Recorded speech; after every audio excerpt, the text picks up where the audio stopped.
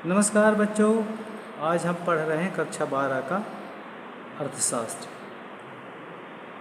व्यष्टि एवं समष्टि अर्थशास्त्र में अंतर, definition between micro and macro economics. यद्यपि व्यष्टि अर्थशास्त्र तथा समष्टि अर्थशास्त्र के बीच एक निश्चित रेखा खींचना अत्यंत कठिन है, फिर भी इनमें पाए जाने वाले अंतर के मुख्य आधार निम्नलिखित हैं। तो जब तक हम दोनों के अंतर को अच्छे से समझेंगे नहीं, तब तक हमारी पढ़ाई पूरी नहीं होगी, क्योंकि अलग अलग अर्थशास्त्र के अंतर समझना आवश्यक है। तो आइए दोनों के अंतर समझते हैं। व्यष्टि अर्थशास्त्र में छोटी छोटी वैयक्तिक इकाइयों का अध्ययन किया जाता है, जैसे एक व्यक्ति, एक परिवार, एक फर्म, एक उद्योग इत्यादि। समष्टि अर्थशास्त्र में इकाइयों के योग अर्थात राष्ट्रीय योगों का अध्ययन किया जाता है, जैसे कुल राष्ट्रीय आय, रोजगार, कुल विनियोग, कुल उपभोग आदि।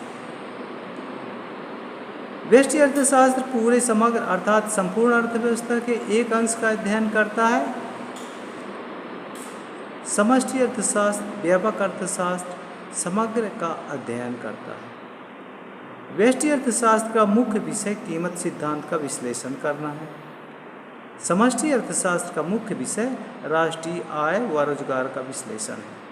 व्यष्टि अर्थशास्त्र में योग को टुकड़ों में तोड़ने की क्रिया को आधार माना जाता है। समष्टि अर्थशास्त्र का आधार योग करने की क्रिया एग्रीगेशन है। व्यष्टि अर्थशास्त्र कीमत निर्धारण हेतु अन्य बातें समान रहती हैं कि मान्यता लेकर चलता है। समष्टि अर्थशास्त्र मुख्य रूप से सामान्य संतुलन के आधार पर कुल मूल्य एवं उत्पादन के विभिन्न स्तरों के निर्धारण का अध्ययन करता है तथा विभिन्न बाजारों की परस्पर निर्भरता पर बल देता है। व्यष्टि अर्थशास्त्र में रोजगार, उत्पादन तथा आय के वितरण को अर्थव्यवस्था के विभिन्न क्षेत्रों के बीच परिवर्तनशील माना जाता है।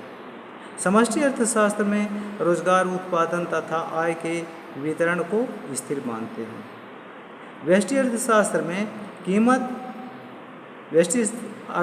में सामान्य कीमत को स्थिर मानते हुए वस्तुओं के सापेक्षिक मूल्यों को परिवर्तनशील माना जाता है, और समष्टि अर्थशास्त्र में सापेक्ष मूल्यों को स्थिर मानते हुए सामान्य मूल्य स्तर को परिवर्तनीय माना जाता है।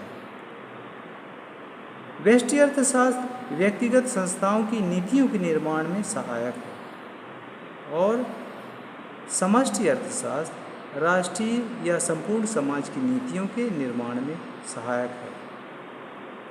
यद्यपि हमने उपर्युक्त आधारों पर व्यष्टि तथा समष्टि अर्थशास्त्र में अंतर स्थापित करने का प्रयास किया है, परंतु वास्तव में इनमें अंतर विषय सामग्री का इतना नहीं जितना कि रीति का है, नियम का है। विषय को तो इच्छानुसार या सुविधानुसार दोनों में बांट दिया जाता है।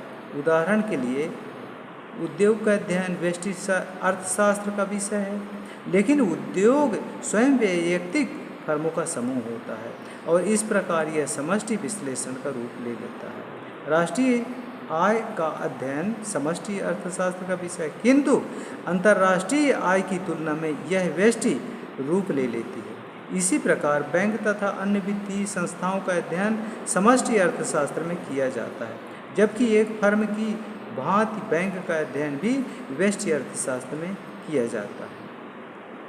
इस तरह से दोनों में अंतर और दोनों एक दूसरे के पूरक होते हैं। वीडियो देखने के लिए बहुत बहुत धन्यवाद।